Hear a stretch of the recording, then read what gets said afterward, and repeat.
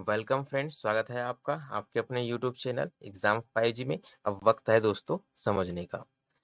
MP GK की ये class number 19 है और आज की इस क्लास में हम एक नया टॉपिक के बारे में पढ़ने वाले हैं। इसका नाम है मध्य प्रदेश की कलाएं। और मध्य प्रदेश की कलाओं के अंदर में हम चित्रकला, शिल्पकला और स्थापत्य कला, इन तीन प्रकार की कलाओं की बात करेंगे और इनसे जुड़े हुए प्रश्नों को देखेंगे। मध्य प्रदेश सामान्य ज्ञान की इस सीरीज में हम 4000 से अधिक प्रश्नों को कवर करने वाले हैं, जो आपके एग्जाम पर्सपेक्टिव से अत्यंत ही महत्वपूर्ण है। साथ ही जो प्रश्न ज्यादा महत्वपूर्ण होते हैं या एग्जाम में रिपीट होते रहते हैं, वह आपको प्रश्न आने पर मैं बताता रहता हूँ।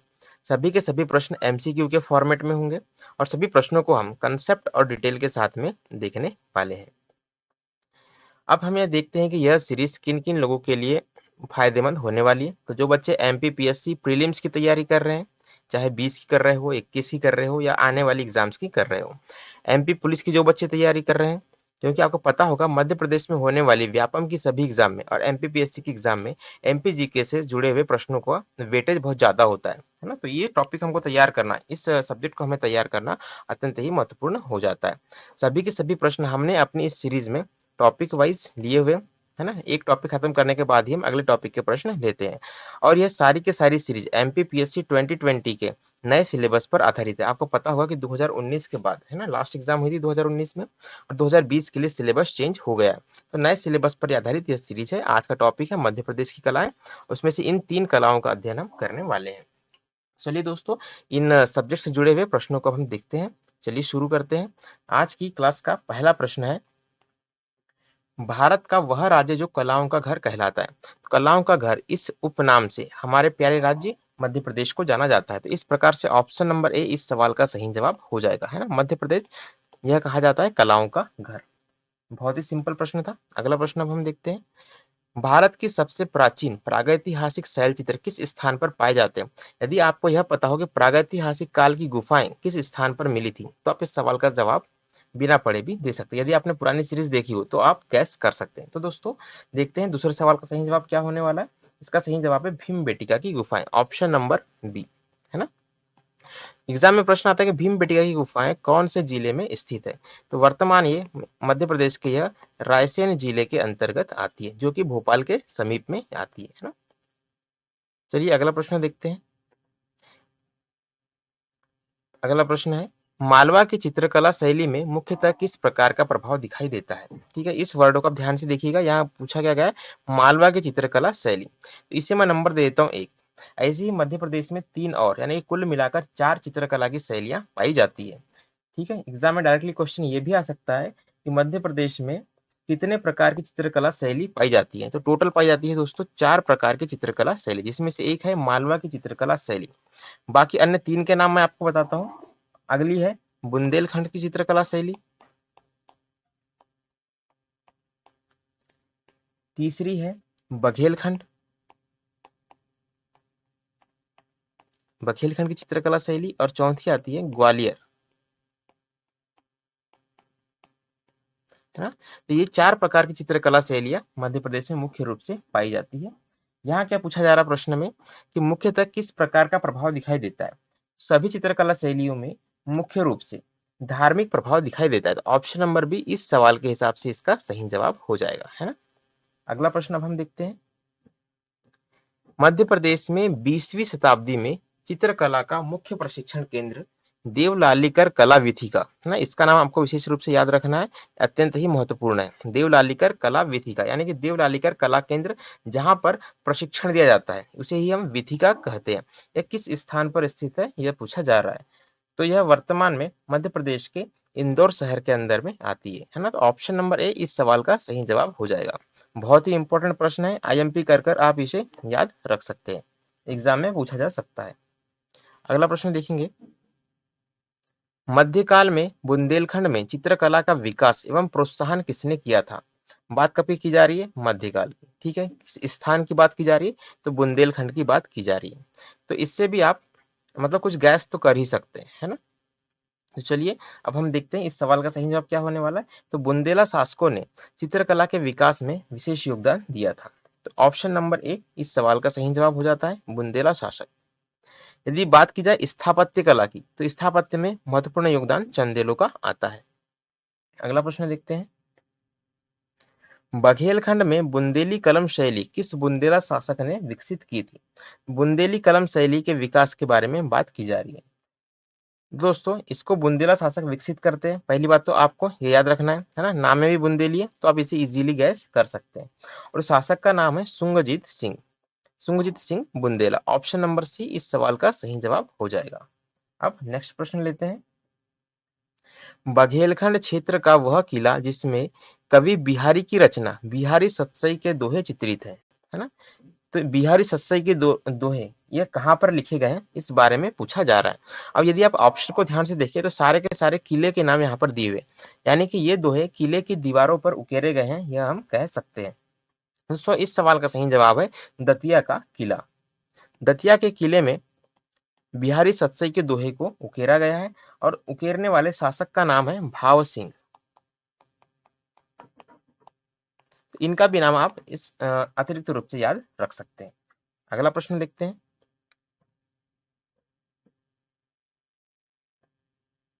अगला प्रश्न है दोस्तों, बुंदेला शासकों की राजधानी ओरछा के राजमहल में आचार्य केशवदास की रचना रसिक प्रिया का चित्रांकन किस बुंदेला शासक ने करवाया है?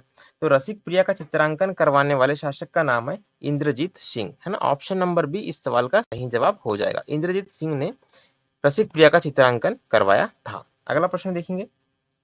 बघेलखंड में चित्रकला की बघेली कलम शैली का जनक किसे माना जाता है? बघेली कलम शैली का जनक इनको इसलिए माना जाता है क्योंकि इसका इन्होंने संरक्षण किया था और इनके शैली के जो कलाकार थे उनको इन्होंने प्रोत्साहन राशि भी दी थी। वह थे रीवा के शासक राजा विश्वनाथ सिंह। ठीक है, राजा विश्वनाथ सिंह। कहाँ से इनका संबंध है? तो रीवा से इनका संबंध है। ठीक है, बघेली कलम शैली। अगला प्रश्न देखते हैं। बघेली चित्रकला शैली के संबंध में सही कथन नहीं है, मतलब कौन सा कथन इसमें से सही नहीं है बघेली चित्रकला शैली के संबंध में? तो इसे आप इंफॉर्मेटिव क्वेश्चन के तौर पर लेंगे, है ना। इन्फो इसमें बहुत सारी आपको मिलने वाली है। जैसे बघेली चित्रकला शैली की विशेषता की बात की जाए तो बघेली लोक संस्कृति का प्रभाव ऑब्वियस सी बात है इसमें देखने को मिलेगा। गहरे चटक रंगों का प्रयोग, ठीक है, इससे आप ध्यान से देखिए, गहर चटक रंगों का प्रयोग और हल्के कृत्रिम रंगों का प्रयोग।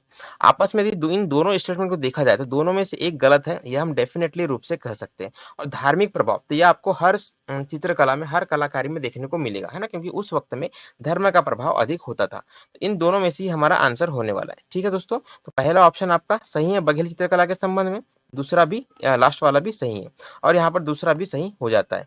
तो इसकी तीसरी प्रॉपर्टी बताई गई है हल्के और कृत्रिम रंगों का प्रयोग, यह गलत है ना। और इस सवाल के हिसाब से ये इसका सही जवाब है। ठीक है, राइट आंसर कौन सा है? तो ऑप्शन नंबर सी इस सवाल के हिसाब से राइट आंसर हो जाता है। ठीक, और यदि प्रॉपर्टीज की बात की जाए बघेली चित्रकला शैली की, तो ये तीन प्रॉपर्टीज आपको विशेष रूप से इसके बारे में याद रखनी है। धार्मिक प्रभाव, बघेली लोक संस्कृति का प्रभाव और गहरे रंगों का प्रयोग, हल्के रंगों का प्रयोग नहीं होता है। अब अगला प्रश्न लेते हैं। चित्रकला की ग्वालियर शैली को सर्वप्रथम संरक्षण एवं प्रोत्साहन किसने प्रदान किया था? बात की जा रही है ग्वालियर शैली की दोस्तों। ठीक है, तो ग्वालियर में तोमर शासकों ने इनको संरक्षण और प्रोत्साहन प्रदान किया था। तो ऑप्शन नंबर सी इस सवाल का सही जवाब हो जाएगा। अगला प्रश्न लेते हैं। मध्य प्रदेश में चित्रकला की पटना शैली को संरक्षण एवं प्रोत्साहन प्रदान किया गया है ना। पटना शैली को मध्य प्रदेश में भी संरक्षण प्रदान था, ये हम कह सकते हैं। अब प्रश्न में क्या पूछा जा रहा है कि प्रोत्साहन किसने प्रदान किया था? तो इस प्रश्न को आपको ऐसे याद रखना है कि पटना, है ना, जैसे यहाँ पर आपका मध्य प्रदेश है, यहाँ पर आपका क्या है मैप में मध्य प्रदेश। यदि पटना की स्थिति देखिए तो पटना बिहार की राजधानी है, बिहार आपका इस साइड में आता है। ठीक है, यदि हम बिहार से मध्य प्रदेश में आए सबसे पहले हमको क्या मिलेगा? हमको मिलेगा ग्वालियर। राइट, इस तरफ से आएंगे तो सबसे पहले हमको ग्वालियर ही मिलने वाला है ना। जैसे ऑप्शन में इंदौर, देवास और मालवा, ये सभी मालवा के क्षेत्र है, ये बाद में आएंगे। इस प्रकार से जो पहले मिलेगा वही इस सवाल का सही जवाब हो जाएगा पटना शैली के संदर्भ में। तो इस सवाल का सही जवाब है सिंधिया वंश के शासकों ने, जो कि ग्वालियर में है। ऑप्शन नंबर ए इस सवाल का सही जवाब हो जाता है। अगला प्रश्न देखेंगे। ग्वालियर रियासत का वह सिंधिया शासक जिसने चित्रकारों को राजाश्रय प्रदान किया था और ग्वालियर में चितेरा ओली का निर्माण किया था, है ना। किसकी बात की जा रही? चितेरा ओली की बात की जा रही। तो दोस्तों, इसका निर्माण करवाया था जयाजीराव सिंधिया ने। तो ऑप्शन नंबर डी इस सवाल का सही जवाब हो जाता है। जयाजीराव सिंधिया वही शासक है जो 1857 की क्रांति के समय में ग्वालियर में थे। ठीक है, इस बात को आप अतिरिक्त रूप से याद रख सकते हैं, क्योंकि एग्जाम में यह भी क्वेश्चन आता है कभी कभार कि 1857 क्रांति के समय ग्वालियर का शासन किसके हाथों में था? जयाजीराव सिंधिया के ही हाथों में था। और चितेरा ओली का संबंध भी जयाजीराव सिंधिया से ही है। तो ये दो बातें आप इनके बारे में याद रखेंगे। अगला प्रश्न अब हम देखते हैं। अब यहाँ से जो प्रश्न आने वाले हैं ये प्रमुख चित्रकारों से संबंधित होंगे, है ना, कि मध्य प्रदेश में कौन कौन से चित्रकार हुए हैं फेमस, और उनके बारे में सारी बातें अब आने वाले प्रश्नों में होने वाली है। तो इनके बारे में पहला प्रश्न हम लेते हैं और इस सीरीज का 17वां प्रश्न है। मध्य प्रदेश के प्रसिद्ध चित्रकार सैयद हैदर रजा, बहुत ही इंपॉर्टेंट नाम है, इनको विशेष रूप से आपको याद रखना है। सैयद हैदर रजा, इनका जन्म किस स्थान पर हुआ था यह पूछा जा रहा है। तो दोस्तों इनका जन्म सन 1922 में होता है। पहली बात तो आपको ये याद रखनी है कि 1922 में इनका जन्म होता है। दूसरी बात आपको याद रखनी है कि बावरिया गांव नरसिंहपुर में इनका जन्म होता है। तो ऑप्शन नंबर ए इस सवाल का सही जवाब हो जाएगा, बावरिया गांव नरसिंहपुर। ठीक, बहुत ही इंपॉर्टेंट है। आईएमपी कर कर आपको इसको अपने नोट्स में लिख कर रखना है, एग्जाम में यह प्रश्न बेसिक मतलब आ सकता है। अगला प्रश्न देखेंगे, निम्न में से कौन सी पेंटिंग सैयद हैदर रजा की नहीं है?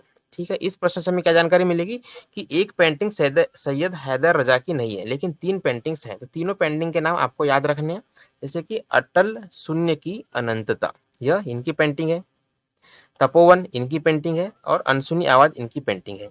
मोनालिसा इस सवाल का सही जवाब है, राइट आंसर है, जो कि इनकी पेंटिंग नहीं है। मोनालिसा पेंटिंग के चित्रकार है Leonardo da Vinci, Leonardo da Vinci. ठीक है, इनका भी नाम सॉरी इनका भी नाम आपको याद रखना है, लियोनार्डो द विंची।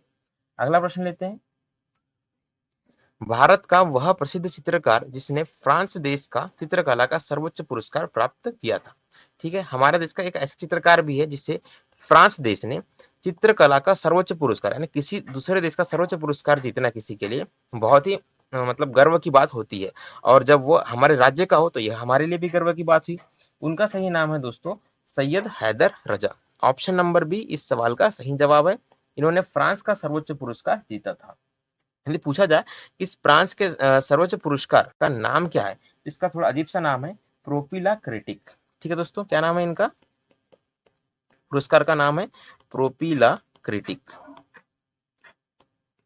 इसको भी आप याद रख सकते हैं, यह फ्रांस का सर्वोच्च पुरस्कार है। अब अगला प्रश्न हम लेते हैं, वह फ्रांसीसी चित्रकार जिसने मध्य प्रदेश के चित्रकार सैयद हैदर रजा से विवाह किया था।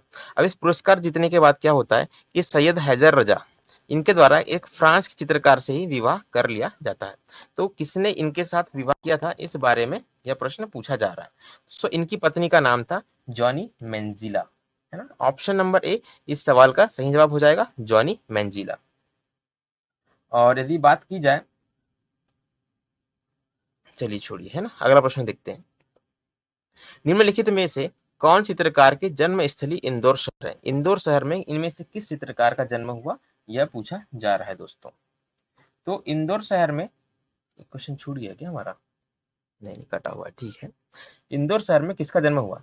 इनमें से इंदौर शहर में नारायण श्रीधर बेंद्रे इनका जन्म होता है। ठीक है, तो ऑप्शन नंबर सी इनका जन्म होता है नारायण श्रीधर बेंद्रे। यदि पूछा जाए कि बाकी के चित्रकार इनका जन्म कहाँ कहाँ पर हुआ या कौन से स्थान से संबंधित है, हम बात करते हैं विष्णु चिंचालकर की। विष्णु चिंचालकर यह दोस्तों देवास से संबंधित है। ठीक है, कहाँ से? देवास से। यदि बात की जाए मंजूषा गांगुली की, तो मंजूषा गांगुली ये भी सॉरी मंजूषा गांगुली यह ग्वालियर से संबंधित है, देवास से नहीं है, यह ग्वालियर से है ना। और एम एफ हुसैन, दोस्तों एम एफ हुसैन महाराष्ट्र से संबंधित है ना, महाराष्ट्र से, यह मध्य प्रदेश के नहीं है, और महाराष्ट्र में भी है सोलापुर जिले से। ठीक है, ये दो नाम आपको याद रखने, विष्णु चिंचालकर देवास और मंजूषा गांगुली ग्वालियर।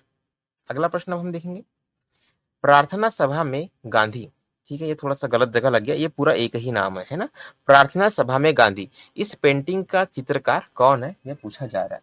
तो यह नारायण श्रीधर बेंद्रे की पेंटिंग है। ऑप्शन नंबर ए इस सवाल का सही जवाब हो जाता है, और यह इंपॉर्टेंट प्रश्न में गिना जाता है, एग्जाम में आ चुका है यह प्रश्न। ठीक है, नारायण श्रीधर बेंद्रे, प्रार्थना सभा में गांधी, यह इनकी पेंटिंग का नाम है। अगला प्रश्न देखते हैं, प्रसिद्ध भारतीय चित्रकार नारायण श्रीधर बेंद्रे को भारत सरकार ने पद्मश्री सम्मान से कब सम्मानित किया था? तो इस बात से हमें यह जानकारी मिलती है इस प्रश्न से कि नारायण श्रीधर बेंद्रे को पद्मश्री का सम्मान मिल चुका है। पूछा जा रहा है किस सन में मिला था? तो इनको दोस्तों पद्मश्री मिलता है 1969 में, है ना। ऑप्शन नंबर ए इस सवाल का सही जवाब है। 1969 में इनको पद्मश्री से नवाजा गया था। इनको पद्म भूषण से भी नवाजा गया है। किससे? पद्म भूषण से। और पद्म भूषण इनको मिला था 1991 में। इस बात को भी आप अतिरिक्त रूप से याद रखेंगे। अगला प्रश्न देखते हैं। चप्पल में मोनालिसा पेंटिंग की किस चित्रकार की है? ठीक है, यह पेंटिंग का नाम है चप्पल में मोनालिसा। यह आलोट देवास की चित्रकार की पेंटिंग है जिनका नाम है विष्णु चिंचालकर, है ना, विष्णु चिंचालकर। ऑप्शन नंबर सी इस सवाल का सही जवाब हो जाएगा। अगला प्रश्न देखते हैं। निम्नलिखित में से कौन सा कथन चित्रकार विष्णु चिंचालकर के बारे में सत्य है? 3 कथन असत्य, हमको सिर्फ सत्य वाला ही याद रखना है। एक सत्य है, ठीक है। विष्णु चिंचालकर लैंडस्केप पोर्ट्रेट में सिद्धहस्त थे, ठीक है, या लैंडस्केप पोर्ट्रेट के चित्रकार थे। आपको ये बात याद रखनी है, बिल्कुल सही है। उन्होंने 1960 में चित्रकार का एक समूह गुड फ्राइडे बनाया था। गुड फ्राइडे किसके द्वारा बनाया गया समूह? यह भी एग्जाम में आ सकता है। 1960 में इनके द्वारा बनाया गया था विष्णु चिंचालकर के। तो ऑप्शन नंबर बी भी इस सवाल का सही हो जाता है आपका। विष्णु चिंचालकर ने प्रारंभिक चित्रकारी में पत्तियों, बांस के टुकड़े, आम की गुठलियों से कलात्मक वस्तुओं का निर्माण किया था। तो ये स्टेटमेंट भी आपकी सही। इस प्रकार से तीनों स्टेटमेंट सही। ऑप्शन नंबर डी इस सवाल का सही जवाब है। उपरोक्त सभी कथन बिल्कुल ही सत्य है। अगला प्रश्न देखते हैं। इंदौर के प्रसिद्ध चित्रकार प्रशिक्षण गुरु श्री डी देवलालीकर, ठीक है, यह गुरु थे, है ना। तो मूलतः किस जिले से यह पूछा जा रहा है? तो इनका जन्म दोस्तों धार जिले में होता है ना। तो इनका संबंध किससे? धार जिले से। इस सवाल का सही जवाब क्या है? धार। यदि इनके नाम का इंस्टीट्यूट पूछा जाए कहां पर है, तो इनके नाम का इंस्टीट्यूट यह इंदौर में है, ठीक है। इनके नाम का इंस्टीट्यूट यह इंदौर में है। अगला प्रश्न देखते हैं। जन्म धार में हुआ, इंस्टीट्यूट इनका इंदौर में। निम्नलिखित में से किसे श्री डी देवलालीकर ने इंदौर में चित्रकला का प्रशिक्षण प्रदान किया था? मतलब कि देवलालीकर इनमें से किसके गुरु थे यह पूछा जा रहा है। नाम है सैयद हैदर रजा, नारायण श्रीधर बेंद्रे, विष्णु चिंचालकर या उपरोक्त सभी।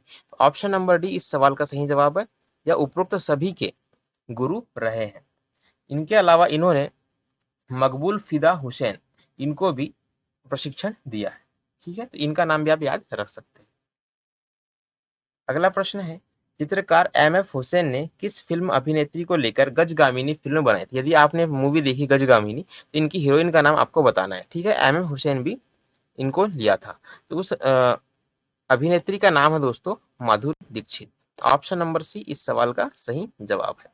ओके, अगला प्रश्न देखते हैं। चित्रकार एम.एफ. हुसैन मूलतः किस स्थान से संबंधित है? तो मैंने आपको पिछले प्रश्न में बताया था कि एम.एफ. हुसैन यह महाराष्ट्र से संबंध रखते हैं। यदि आपको इतना भी पता है तो आप इस सवाल का सही जवाब ढूंढ सकते हैं। महाराष्ट्र का जिला है सोलापुर और वहां पर एक जगह का नाम है पंढरपुर, है ना, बहुत ही फेमस जगह है पंढरपुर। तो इस किसी अन्य कारण से भी यह फेमस है, मुझे पता नहीं, याद नहीं आ रहा किस कारण से फेमस है। एक अन्य कारण से भी यह फेमस है ना। तो पंढरपुर से इनका संबंध है ना, यहीं पर इनका जन्म हुआ था। अगला प्रश्न देखते हैं। निम्नलिखित में से कौन सा कथन प्रसिद्ध चित्रकार एम.एफ. हुसैन के बारे में असत्य है? मतलब कि गलत कथन पूछा जा रहा है दोस्तों। एम.एफ. हुसैन की आत्मकथा पर आधारित फिल्म है पंढरपुर का लड़का। चूंकि ये पंढरपुर के थे तो पंढरपुर का लड़का यह इनके ही आत्मकथा पर आधारित मूवी है। यह आपका सत्य हो गया। एम.एफ. हुसैन ने वर्ष 2009 में कतर देश की नागरिकता प्राप्त की थी। इन्होंने कतर देश की नागरिकता प्रदान कर ली थी, इसको भी आपको याद रखना है, ये भी सत्य वचन है। एम.एफ. हुसैन को वर्ष 1996 में पद्मश्री, इसको आपको आईएमपी कर दोस्तों याद रखना है क्योंकि ये कथन भी सही है ना। 1966 में इनको पद्मश्री से नवाजा गया था और 1973 में इनको पद्म भूषण से नवाजा गया था। इस प्रकार से तीनों ही स्टेटमेंट सही है। वर्ष अभी गलत पूछा जा रहा है तो इस सवाल का सही जवाब क्या हो जाएगा? ये क्या है? गलत होगा ही होगा। ठीक दोस्तों, वर्ष 2010 में एम.एफ. हुसैन की मृत्यु न्यूयॉर्क अमेरिका में हुई थी, तो यह गलत है। न्यूयॉर्क में इनकी मृत्यु नहीं होती, इनकी मृत्यु होती दोस्तों लंदन में, ठीक है। और लंदन कहां पर आता है? तो यह यूके में आता है, ना कि यूएसए। चलिए अगला प्रश्न देखते हैं। मध्य प्रदेश की प्रसिद्ध चित्रकार देवयानी जयशंकर कृष्ण से संबंधित है। मतलब किस स्थान से संबंधित है यह पूछा जा रहा है। जब भी ये ऐसा प्रश्न आता है तो बेसिकली ये पूछा जाता है कि इनका जन्म कहाँ पर हुआ था। तो दोस्तों यह महेश्वर से संबंधित है, और महेश्वर कहाँ पर आता है तो यह खरगोन जिले के अंतर्गत आता है। ऑप्शन नंबर बी इस सवाल का सही जवाब हो जाएगा। इनका जन्म हुआ था सन 1911 में। ठीक है, यह ऑप्शन याद नहीं रखना है, पर महेश्वर से इनका संबंध है, नाम और स्थान का संबंध आपको याद रखना है। एग्जाम में अधिकतर यही पूछा जाता है। अगला प्रश्न लेते हैं। निम्नलिखित में से कौन सी पेंटिंग देवयानी जयशंकर कृष्ण की नहीं है, यह पूछा जा रहा है। तो दोस्तों इनमें है चूड़ियां खरीदती दुल्हन, साप्ताहिक बाजार और गणगौर त्योहार। ये तीनों के तीनों ही पेंटिंग्स जयशंकर कृष्ण की है, जबकि बनियान में ईसा मसीह, यह पेंटिंग इनकी नहीं है। यह पेंटिंग है दोस्तों विष्णु चिंचालकर की।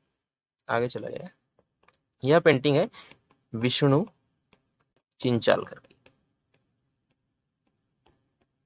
ठीक है, तो इस सवाल का सही जवाब ऑप्शन नंबर डी हो जाता है। अगला प्रश्न देखेंगे। प्रसिद्ध पेंटिंग वर्षा आगमन किस चित्रकार ने निर्मित की है? इसके चित्रकार का नाम पूछा जा रहा है, वर्षा आगमन के। यह पेंटिंग बनाई गई है इंदौर के चित्रकार लक्ष्मी शंकर राजपूत के द्वारा। ठीक, लक्ष्मी शंकर राजपूत, इनका संबंध कहाँ से है? इनका संबंध मध्य प्रदेश के इंदौर से है। क्लियर है? अगला प्रश्न देखते हैं। प्रसिद्ध पेंटिंग तिब्बती मुखौटा किस चित्रकार ने निर्मित की है? तिब्बती मुखौटा, इसके चित्रकार है Devyani Krishna. Option number B इस सवाल का सही जवाब हो जाएगा, देवयानी कृष्ण ने यह पेंटिंग निर्मित की है। अगला प्रश्न लेते हैं। निम्नलिखित में से कौन सा चित्रकार मूलतः इंदौर से नहीं है? इस प्रश्न को आपको इंपॉर्टेंट करके याद रखना है, क्योंकि यह एक इंफॉर्मेटिव प्रश्न है। इंदौर से नहीं है, है ना? तो एक चित्रकार इनमें से इंदौर से नहीं, बाकी के सभी का संबंध इंदौर से रहा है दोस्तों। इस सवाल का सही जवाब है श्रेणिक जैन, है ना? इनका संबंध इंदौर से नहीं है। जीके पंडित, एस के जमींदार और देवयानी कृष्ण, ये सभी के सभी इंदौर से संबंधित है, जबकि श्रेणिक जैन यह उज्जैन से संबंधित है। और उज्जैन में भी कहां से पूछा जाए तो बड़नगर से। ठीक है, ये बात आपको अतिरिक्त रूप से याद रखनी है। अगला प्रश्न देखते हैं। निम्नलिखित में से कौन सा चित्रकार सही सुमेलित नहीं है? डॉक्टर मंजूषा गांगुली, यह ग्वालियर की है, बिल्कुल सही है। मदन भटनागर ग्वालियर के हैं, यह भी सही है। अमृतलाल वेगड़ जबलपुर के हैं, ये भी सही है। सचिदा नागदेव सागर के हैं, यह गलत है, यह सागर के नहीं है। इनका संबंध उज्जैन से है। ठीक, तो इस सवाल का सही जवाब है ऑप्शन नंबर डी, सुमेलित नहीं है पूछा था। अगला प्रश्न देखते हैं। निम्नलिखित में से मध्य प्रदेश का कौन सा चित्रकार नर्मदा पुत्र के नाम से जाना जाता है? ठीक है दोस्तों, अब नर्मदा पुत्र इनको इसलिए कहा जाता है क्योंकि इन्होंने नर्मदा के बहुत से विहंगम दृश्यों को अपने चित्रों में उकेरा है। इस सवाल का सही जवाब है नर्मदा पुत्र के नाम से हम अमृतलाल वेगड़ को जानते हैं। ठीक है, किसको? अमृतलाल वेगड़ को। और इनका संबंध कहाँ से था? पिछले प्रश्न में मैंने आपको बताया, अमृतलाल वेगड़ जबलपुर से संबंधित है। ठीक है, जबलपुर से, ऐसे भी आप इसको याद रख सकते हैं, जबलपुर से संबंधित है। नर्मदा नदी जबलपुर से होकर बहती है। ठीक, अमृतलाल वेगड़। चलिए अगला प्रश्न लेते हैं। मध्य प्रदेश की लोक चित्रकला, चित्रकारों से संबंधित सभी प्रश्न हमने यहाँ पर समाप्त कर लिए।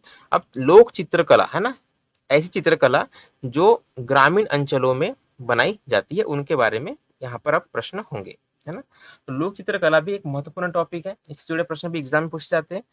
इसका इस टॉपिक से संबंधित पहला प्रश्न है, मध्य प्रदेश में लोक चित्रकला का सर्वाधिक प्रभाव किस अंचल में दिखाई देता है?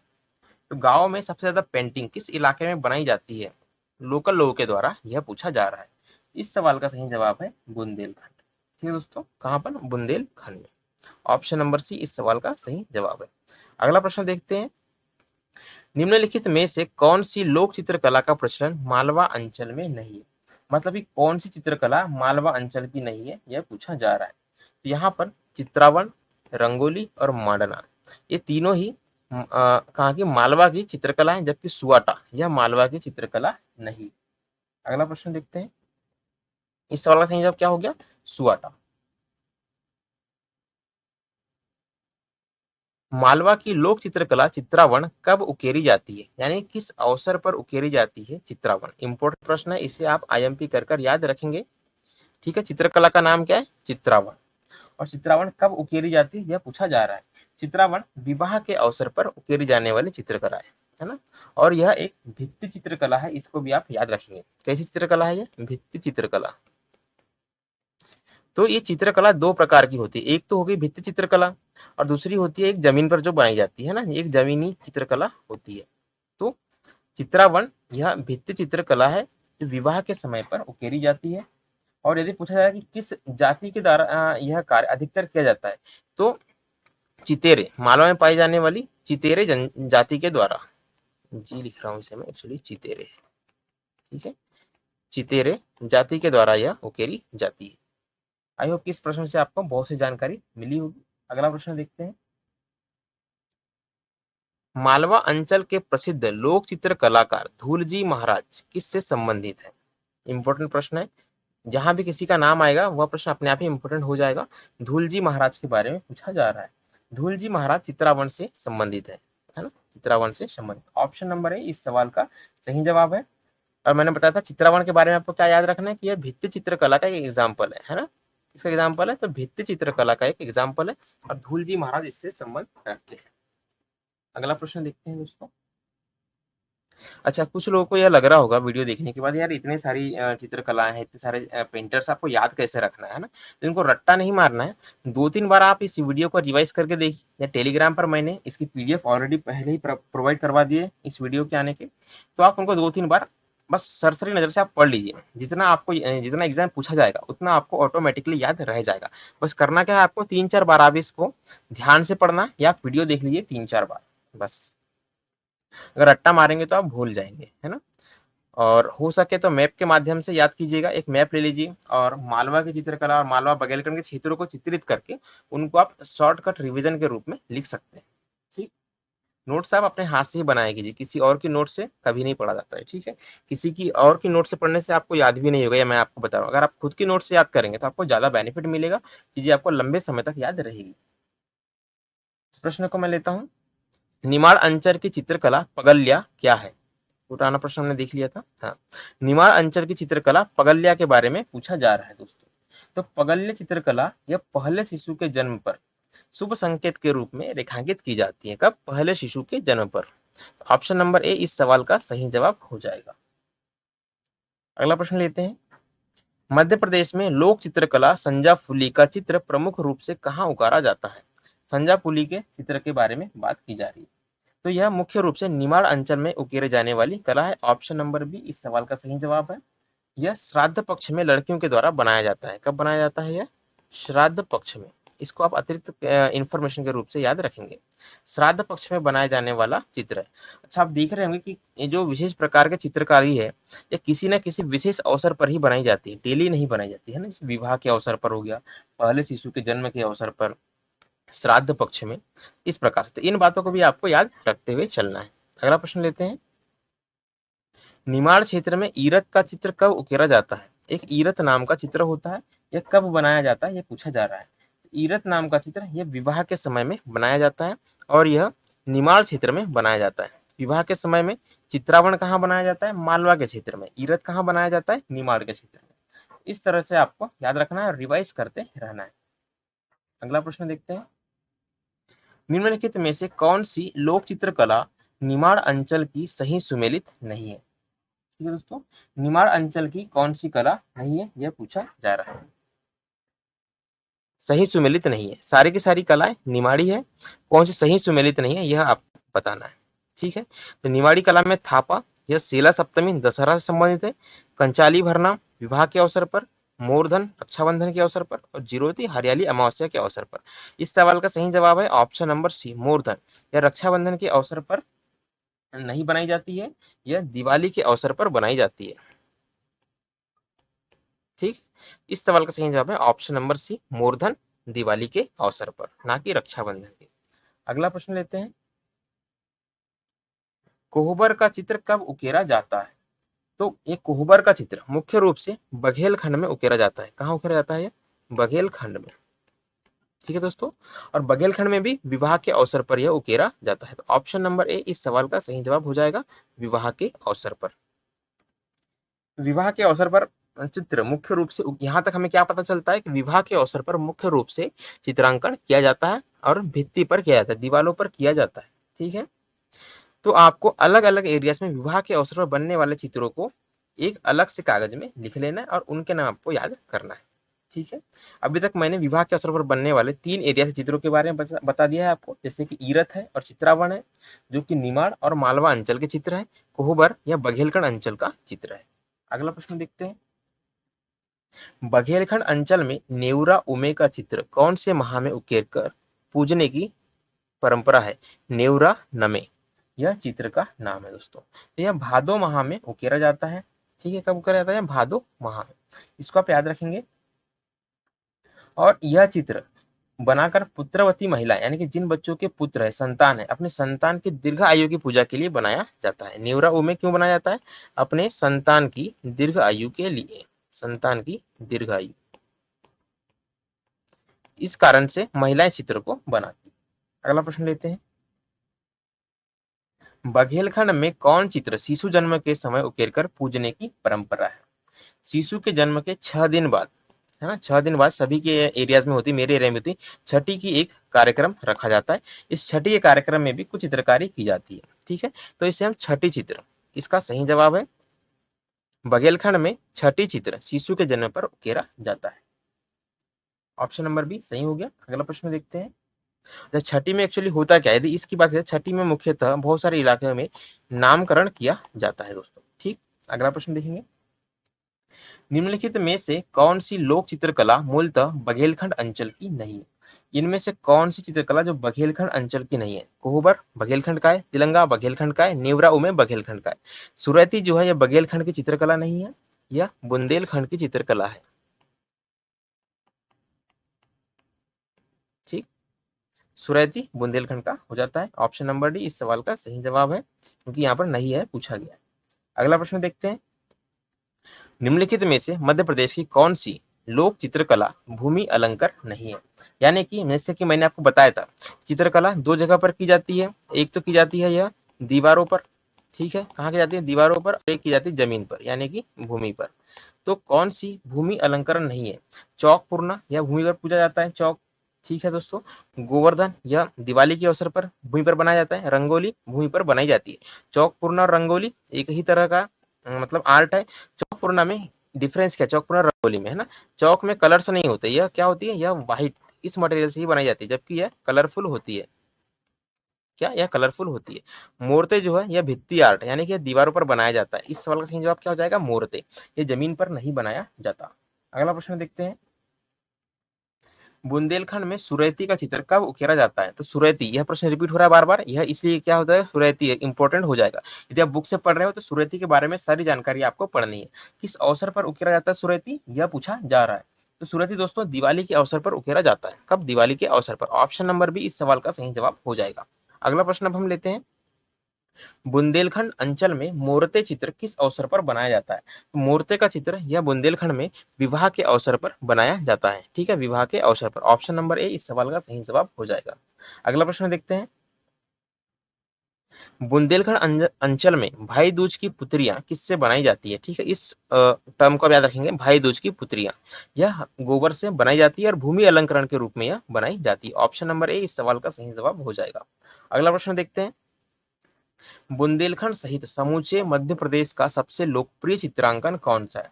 मतलब कि सबसे ज्यादा कौन सा चित्रांकन मध्य प्रदेश में किया जाता है, यह पूछा जा रहा है। तो चौक पूर्णा, ठीक है दोस्तों, इसे पूजा के रूप में भी, है ना, बहुत सारी जगह में किया जाता है। तो चौक पूर्णे की घटना मध्य प्रदेश में सर्वाधिक घटित होती है, यह भी हम कह सकते हैं। यानी यह एक कला है ना, घटना नहीं है, वो तो मैं ऐसे ही आपको बोल रहा हूँ। चलिए अगला प्रश्न देखते हैं, यदि जैसा कि मैंने बताया चौक क्या होता है, ये कलरफुल होता है कि नहीं? यह होता है हमेशा व्हाइट कलर से ही बनाया जाता है और इसमें एक ही कलर होता है जो कि व्हाइट है, जो कि पवित्रता का प्रतीक है। अगला प्रश्न देखते हैं, मानव द्वारा चित्रांकन के रूप में स्वास्तिक का सर्वप्रथम साक्ष्य कहाँ से मिलता है? स्वास्तिक कैसा बनता है? तो स्वास्तिक के बारे में आपको बता दूं, स्वास्तिक कुछ इस तरीके से बनाया जाता है। ठीक, कुछ इस तरीके से, कहीं बिंदु लगे होते हैं, कहीं बिंदु नहीं लगे होते, कुछ इस तरीके से स्वास्तिक बनता है। इसे शुभ संकेत माना जाता है। क्या माना जाता है? इसे शुभ संकेत। और कहाँ से आया है यह सिंधु घाटी सभ्यता से आया है। ऑप्शन नंबर ए इस सवाल का सही जवाब हो जाएगा, सिंधु घाटी सभ्यता। अगला प्रश्न देखते हैं, बुंदेलखंड में सुआटा का चित्र किसके द्वारा बनाकर पूजने की प्रक्रिया है? या सुआटा का चित्र कहाँ का चित्र है यह पूछा जा सकता है, तो यह बुंदेलखंड का चित्र है। तो यह अविवाहित लड़कियों के द्वारा बनाया जाता है और यह भित्ति चित्र है एक तरीके का। ठीक है दोस्तों, यह भित्ति चित्र है और यह अविवाहित लड़कियों के द्वारा बनाया जाता है। तो ऑप्शन नंबर ए इस सवाल का सही जवाब हो जाता है। अगला प्रश्न देखते हैं, नवरता मध्य प्रदेश के कौन से क्षेत्र की लोक चित्रकला है? वैसे तो नवरता पूरे के पूरे मध्य प्रदेश में बनाया जाता है, लेकिन मुख्य रूप से यह बुंदेलखंड की चित्रकला है। कब की चित्रकला है? बुंदेलखंड की। यदि पूछा जाए किस अवसर पर बनाया जाता है, तो नवरता यानी कि नवरात्र, नवरात्र यानी कि नवरात्रि, तो नवरात्रि के अवसर पर यह बनाया जाता है। तो इस तरीके से आप इसे याद रख सकते हैं। अगला प्रश्न देखते हैं, लोक चित्रकला मामूलिया किससे बनाई जाती है? इंपॉर्टेंट प्रश्न है, बहुत सी बार यह एग्जाम में आया हुआ है। ठीक है, मामूलिया के बारे में पूछा जा रहा है। तो पहली बात आपको याद रखनी है कि यह गोबर से बनाई जाती है। ठीक है दोस्तों, कब बनाई जाती है? यह गोबर से बनाई जाती है। और कब बनाई जाती है? तो यह नवरात्रि के अवसर पर बनाई जाती है। ठीक है, नवरात्रि और गोबर से आपको ये दो चीजें याद रखनी है। अगला प्रश्न लेते हैं, नाग चित्र और खोपड़ी पूजन लोक चित्रकला मध्य प्रदेश में किस क्षेत्र में प्रचलित है? जैसा कि इसका नाम ही है नाग चित्र, है ना, तो यह कब बनाई जाती है? और खोपड़ी पूजन, ये दोनों की दोनों ही नाग पंचमी के अवसर पर बनाई जाती है। हाँ, नाग पंचमी बड़े धूमधाम से मनाया जाने वाला एक हिंदू पर्व है, इसमें बनाई जाती है। यहाँ पर एरियाज के बारे में पूछा जा रहा है, तो यह निमाड़ अंचल में बनाई जाती है ना। ऑप्शन नंबर बी इस सवाल का सही जवाब हो जाएगा, निमाड़ अंचल। अगला प्रश्न लेते हैं, बघेलखंड की लोक चित्रकला तिलंगा किससे निर्मित की जाती है ना। इसमें जैसे आप वर्ड देखेंगे तिलंगा, है ना, तिल वर्ड इसमें आ रहा है, तो तिल्ली से बनाई जाएगी। अब यहाँ पर देख लीजिए तिल कहाँ पर है, तिल का तिल हमें लास्ट वाले में देखने को मिलता है। ऑप्शन नंबर डी इस सवाल का सही जवाब है, कोयला एवं तिल से तिलंगा नाम की चित्रकला बनाई जाती है। ठीक है, कोयला एवं तिल, ये दोनों ही सब्सटेंस, दोनों ही जो कंटेंट है इसके आप याद रखेंगे। अगला प्रश्न देखते हैं, अब आने वाले प्रश्न शिल्प कलाओं के बारे में होंगे। मध्य प्रदेश में मिट्टी शिल्पकला के प्रमुख केंद्र क्या है? मतलब मिट्टी से क्या क्या चीजें बनाई जा सकती है? यदि इस बारे में हम देखा जाए तो मिट्टी से बनते हैं दोस्तों बर्तन, है ना। क्या बनेंगे? मिट्टी से बर्तन बनेंगे, और बनेंगे खिलौने, और क्या बन सकता है मिट्टी से? तो मिट्टी से बनती है मूर्तियां, है ना। तो मुख्य रूप से तीन चीजें मिट्टी से बनाई जाती है। यदि प्रमुख केंद्रों के बारे में पूछा जाए, क्या प्रमुख केंद्रों के बारे में, धार, झाबुआ, रीवा, शहडोल, बैतूल और मंडला, इन सभी जगहों पर यह कार्य किया जाता है। अगला प्रश्न देखते हैं, कंघी शिल्पकला में पारंगत जनजाति कौन सी? ऐसा माना ही जाता है कि कंघी का आविष्कार यह बंजारों के द्वारा किया गया था। ऑप्शन नंबर ए इस सवाल का सही जवाब है, बंजारों के द्वारा कंघी का आविष्कार किया गया था। और यदि जनजाति की बात की जाए तो वह भी बंजारा जनजाति ही है। इस सवाल का सही जवाब क्या हो जाएगा? बंजारा जनजाति। अगला प्रश्न देखते हैं, पिथौरा शिल्पकला में पारंगत जनजाति कौन सी है? पिथौरा शिल्पकला मुख्य रूप से पिथौरा, है ना, जैसे इसका नाम क्या है, किससे आ रहा है? पत्थर से। तो यह पत्थर पर उकेरी जाने वाली एक शिल्पकला है। क्या? पत्थर पर यह उकेरी जाती है, आपको ये याद रखना है। जनजाति के बारे में पूछा गया तो भील जनजाति के द्वारा इसको किया जाता है। ऑप्शन नंबर ए इस सवाल का सही जवाब हो जाएगा। अगला प्रश्न देखते हैं, मध्य प्रदेश की कौन सी शिल्पकला के शिल्पकार लिखनदरा कहा जाता है ना। लिखनदरा किसे कहा जाता है? तो यह पिथौरा शिल्पकला को ही कहा जाता है। ऑप्शन नंबर ए इस सवाल का सही जवाब हो जाएगा, पिथौरा शिल्पकला। अगला प्रश्न देखते हैं, तो शिल्पकारों कहा जाता है ना, जो पत्थर पर मतलब कि उकेरते हैं मूर्तियां या कोई चित्र, उन्हें क्या कहा जाता है? लिखंदरा कहा जाता है। और उस कला को पिथौरा शिल्पकला कहा जाता है। अगला प्रश्न देखिए, पिथौरा शिल्पकला में सर्वाधिक किस जानवर का रेखांकन किया गया? तो इस पिथौरा शिल्पकला में सबसे ज्यादा रेखांकन हमें घोड़े का देखने को मिलता है। ऑप्शन नंबर सी इस सवाल का सही जवाब है, घोड़ा सबसे अधिक बार रेखांकित किया गया है। मध्य प्रदेश के प्रसिद्ध शिल्पकार पीमा फल्या, है ना, क्या नाम है इनका? पीमा फल्या, कौन सी शिल्पकला के लिए देश और विदेश में प्रसिद्ध है? तो यह पिथौरा शिल्पकला के लिए देश विदेश में प्रसिद्ध है। पिथौरा का संबंध किससे है? तो पीमा फाल्या से है। अगला प्रश्न अब हम देखते हैं, मध्य प्रदेश में खराद कला का प्रमुख केंद्र क्या रहा है? ठीक है, इंपॉर्टेंट प्रश्न है, खराद कला के बारे में पूछा जा रहा है। खराद कला का केंद्र बुधनी घाट, सीहोर, श्योपुर कला और रीवा, ये सभी केंद्रों पर हमें खराद कला देखने को मिलती है। ऑप्शन नंबर डी इस सवाल का सही जवाब है। अब यार यदि ये पूछा जाए खराद कला में एक्चुअली होता क्या है, तो खराद कला में लकड़ी से कोई आकृति बनाई जाती है। किससे बनाई जाती है? लकड़ी से बनाई जाती है। पिथौरा में पत्थर से बनाई जा रही थी, ऐसी खराद कला में लकड़ी की आकृतियां बनाई जाती है, लकड़ी पर कोई चित्र उकेरा जाता है या उससे कोई मूर्तियां बनाई जाती है। अगला प्रश्न देखते हैं, मध्य प्रदेश का वह स्थान जो सुपारी के खिलौने के लिए देश भर में प्रसिद्ध है। वेरी वेरी इंपॉर्टेंट है इस मतलब पूरी सीरीज का सबसे महत्वपूर्ण प्रश्न एक ही मैं बात यही प्रश्न, ठीक है। तो यह गोविंदगढ़ क्षेत्र में सुपारी के खिलौने बनाए जाते हैं। कहाँ पर? गोविंदगढ़ क्षेत्र में। यदि जिले का नाम बात की जाए तो रीवा जिला, ठीक है दोस्तों, रीवा जिला, गोविंदगढ़। और सुपारी के खिलौने, ये तीन टर्म्स को आपको इस संबंध में याद रखना है। अगला प्रश्न देखते हैं। मध्य प्रदेश में कांसे की विभिन्न वस्तुएं बनाने का प्रमुख केंद्र कौन सा रहा है? यानी कांसे की वस्तुएं कहाँ पर बनाई जाती है? कांसे की वस्तुएं मुख्य रूप से सतना जिले में बनाई जाती है, और सतना जिले में भी यदि स्थान पूछा जाए तो यह ऊंचेहरा स्थान है, ठीक है। ऑप्शन नंबर ए इस सवाल का सही जवाब हो जाएगा। अगला प्रश्न देखते हैं। मध्य प्रदेश में पीतल एवं तांबे से कलात्मक वस्तुएं बनाने का प्रमुख केंद्र कौन सा है? यह पूछा जाए।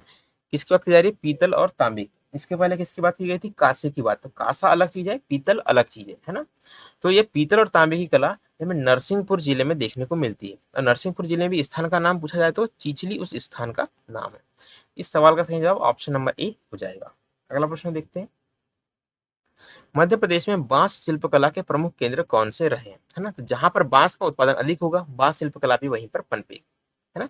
सबसे अधिक उत्पादन कहाँ पर हो रहा है बांस का भी? तो मंडला जिले में मान सकते हैं, बालाघाट मंडला, ये बांस के प्रमुख क्षेत्र है। तो मंडला और झाबुआ दोनों ही क्षेत्रों में यह कार्य जनजाति के द्वारा किया जाता है ना, जो विभिन्न जनजाति के लोग हैं उनके द्वारा किया जाता है। यदि पूछा जाए कि बांस से क्या क्या बनता है, तो बांस से दोस्तों बनने वाली चीजों के नाम है सूपा, है ना। सूपा क्या होता है? जिससे हम चावल साफ करते हैं। एक होती चटाई जिसमें कि बैठा जाता है, दो हुई चटाई। और एक चीज हो जाती है टोकनी, है ना, सब्जी वगैरह रखने के लिए टोकनी का इस्तेमाल करते हैं। तीन चीजें मुख्य रूप से बांस से बनाई जाती है। ऑप्शन नंबर सी इस सवाल का सही जवाब है। प्रमुख केंद्र झाबुआ और मंडला दोनों ही है। अगला प्रश्न देखते हैं।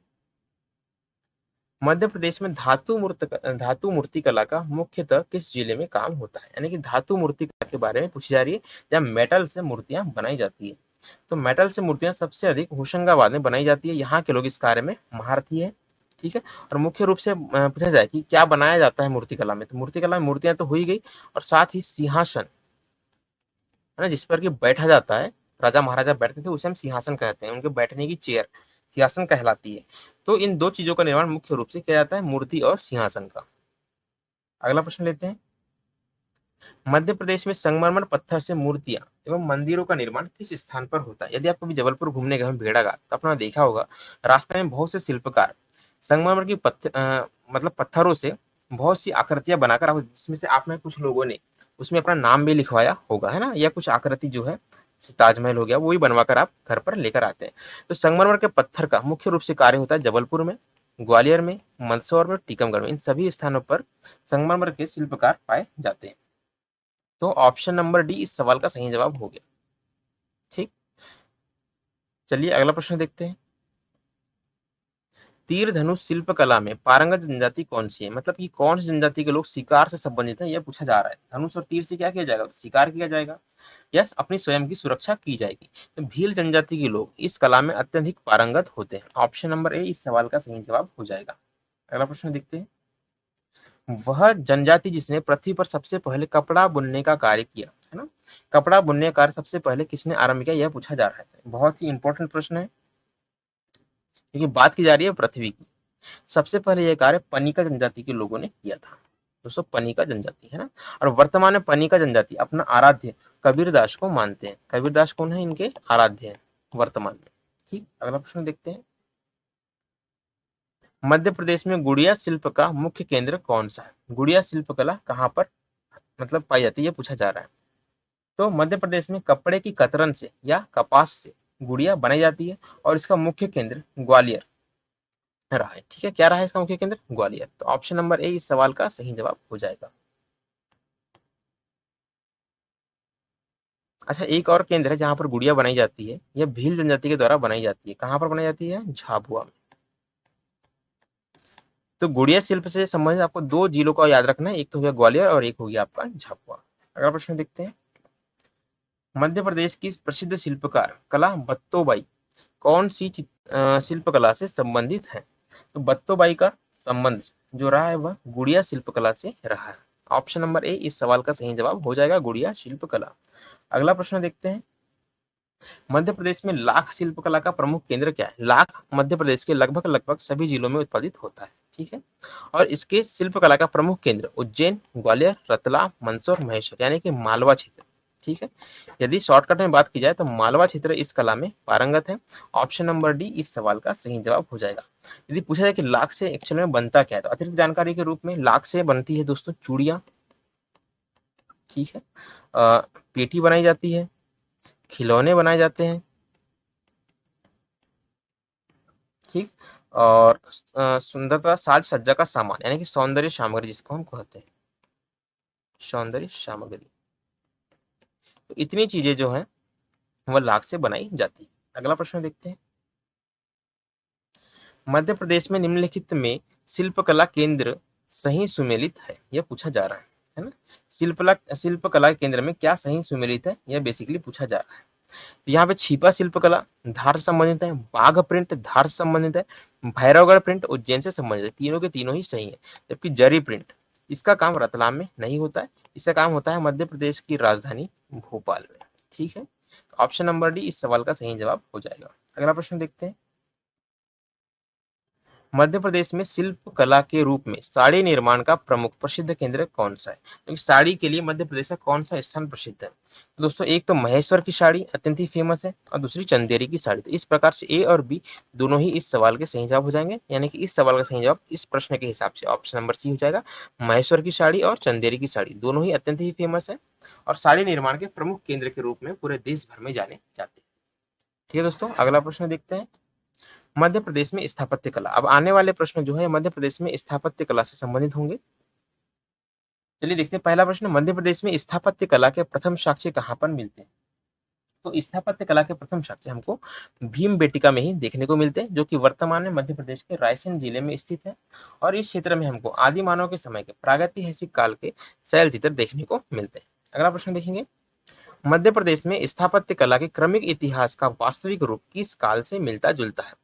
तो स्थापत्य कला के क्रमिक इतिहास का वास्तविक रूप मतलब किस काल से हमको क्रम से इतिहास मिलता जा रहा है स्थापत्य कला में, इस बारे में पूछा जा रहा है। तो इस सवाल का सही जवाब है मौर्य काल। ठीक है दोस्तों, मौर्य काल में आपको पता होगा बहुत से स्तूपों का निर्माण हुआ है ना, और स्तूप काय में आते हैं तो स्थापत्य कला में ही आते हैं। तो मौर्य काल से हमको क्रमिक इतिहास देखने को मिलता है, चाहे हम स्थापत्य कला की बात कर लें या किसी और ऐतिहासिक घटना की बात हम कर लें। अगला प्रश्न देखते हैं। मध्य प्रदेश में मौर्य काल के समय स्थापत्य कला, ठीक है, बात की जा रही है मौर्य काल की और स्थापत्य कला की, मुख्यतः किस चीज का प्रयोग हुआ है ये पूछा जा रहा है। तो मौर्य काल में सबसे अधिक प्रयोग पत्थर का हुआ है ना। जैसे आप सांची का स्तूप घूमने गए हो तो पत्थरों से निर्मित एक विशेष प्रकार के बलुआ पत्थरों का प्रयोग इस कार्य में किया जाता था।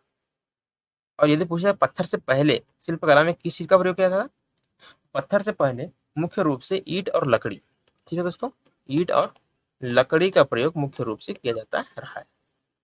अगला प्रश्न देखते हैं। उज्जैन के गढ़कालिका क्षेत्र से प्राप्त राजा प्रसाद का निर्माण, है ना, एक राजा प्रसाद एक भवन होगा या कोई स्थापत्य कला का नमूना हो सकता है, का निर्माण कौन से राजवंश के समय में हुआ था? तो राजा प्रसाद का निर्माण भी मौर्य काल में ही हुआ था, है ना। ऑप्शन नंबर ए इस सवाल का सही जवाब हो जाएगा। अगला प्रश्न देखते हैं। स्थापत्य कला की दृष्टि से विदिशा में राजा प्रसाद का निर्माण किसने करवाया था? अब विदिशा के राजा प्रसाद की बात की जा रही है। विदिशा में यह निर्माण मौर्य काल में मौर्य सम्राट अशोक के द्वारा करवाया गया था। ऑप्शन नंबर ए इस सवाल का सही जवाब हो जाएगा। तो राजा प्रसाद हमने देखा मुख्य रूप से मौर्य काल से ही संबंधित है। अगला प्रश्न देखेंगे। सांची के स्तूप कौन से धर्म से संबंधित स्थापत्य कला के उदाहरण है? सांची के स्तूप का संबंध कौन से धर्म से बेसिकली यह पूछा जा रहा है। तो इसका संबंध बौद्ध धर्म से है, ठीक है। भगवान गौतम बुद्ध से इसका संबंध रहा है बौद्ध धर्म से। ऑप्शन नंबर बी इस सवाल का सही जवाब हो जाएगा। अगला प्रश्न देखते हैं। मध्य प्रदेश का कौन सा स्थापत्य कला स्थल मौर्य सम्राट अशोक से संबंधित नहीं रहा, ये पूछ रहा है। ठीक है दोस्तों, मतलब कि अशोक से संबंधित नहीं है। तो गुर्जरा दतिया स्तंभ लेख, रूपनाथ जबलपुर लेख और सिंह स्तंभ सांची रायसेन लेख और भरहुत के स्तूप, इनमें से ऊपर के तीन जो है यह अशोक से संबंधित रहे, जबकि भरहुत का स्तूप अशोक से संबंधित नहीं है। ऑप्शन नंबर डी इस सवाल का सही जवाब भरहुत का स्तूप, जो कि अशोक से संबंधित नहीं है। लेकिन भरहुत के स्तूप का निर्माण की बात की जाए तो किसके क्या कौन से वंश ने करवाया था, यह आपको कमेंट बॉक्स में जाकर मुझे बताना है। पिछली क्लासेस में मैं यह पढ़ा चुका हूँ। भरहुत का स्तूप वर्तमान में मध्य प्रदेश के सतना जिले में है। ठीक है दोस्तों, सतना जिले में यह देखने को मिलता है। अगला प्रश्न लेते हैं। सतना जिले में स्थित भरहुत इसकी स्तूप का निर्माण किस वंश के शासकों ने करवाया था? ठीक है, भरहुत के स्तूप का निर्माण, देखो कुछ किताबों में भरहुत के स्तूप के बारे में मौर्य काल लिखा जाता है ना, मौर्य वंश लिखा है। इस सवाल का सही जवाब शुंग शासकों ने है। ऑप्शन नंबर बी इस सवाल का सही जवाब है। भरहुत के स्तूप की खोज किसने की थी, यह भी एग्जाम पूछा जाता है। तो इसकी खोज की जाती है कनिंघम के द्वारा। इसको आप अतिरिक्त रूप से आपको याद रखना है ना। कनिंघम ने भरहुत के स्तूप की खोज की थी, शुंग शासकों ने इसका निर्माण करवाया। शुंग शासकों ने एक और कार्य करवाया है ना, सांची का जो स्तूप है जो कि रायसेन जिले में है, इसकी रैलिंग और तोरण द्वार है ना, सांची का तोरण द्वार यह पुष्यमित्र शुंग के द्वारा बनवाया गया था। ऑप्शन नंबर बी इस सवाल के हिसाब से इसका सही जवाब है। अगला प्रश्न देखते हैं, देश में किस राजवंश के शासनकाल को स्थापत्य कला के स्वर्ण काल के रूप में जाना जाता है? इसको भी आप इंपॉर्टेंट रूप से याद रखेंगे, है ना। क्या पूछा जा रहा है कि स्थापत्य कला का स्वर्ण काल, इससे हम गुप्त काल को जानते हैं। ऑप्शन नंबर ए इस सवाल का सही जवाब है। अगला प्रश्न देखते हैं, मध्य प्रदेश में निम्नलिखित में से कौन सी स्थापत्य कला का निर्माण गुप्त काल में हुआ है? तो गुप्त काल में दोस्तों मेरे हिसाब से तो ये सारे के सारे जो है ना, बाग की गुफाएं, विष्णु मंदिर, तिरुपति जबलपुर, पार्वती मंदिर और शिव मंदिर, चारों का निर्माण गुप्त काल में ही हुआ है। इस सवाल का सही जवाब एक्चुअली मैं कंफर्म नहीं हूँ, मैं बाद में इसे आपको सर्च करके बताऊंगा। वर्तमान के लिए आप याद रखिएगा, सभी के सभी गुप्त काल में बनी हुई स्थापत्य कलाएं। अगला प्रश्न देखते हैं, ठीक है। यदि मैं इसे एक मिनट में देख क्लियर कर ही देता हूँ सर्च करके, एक मिनट रुकिएगा।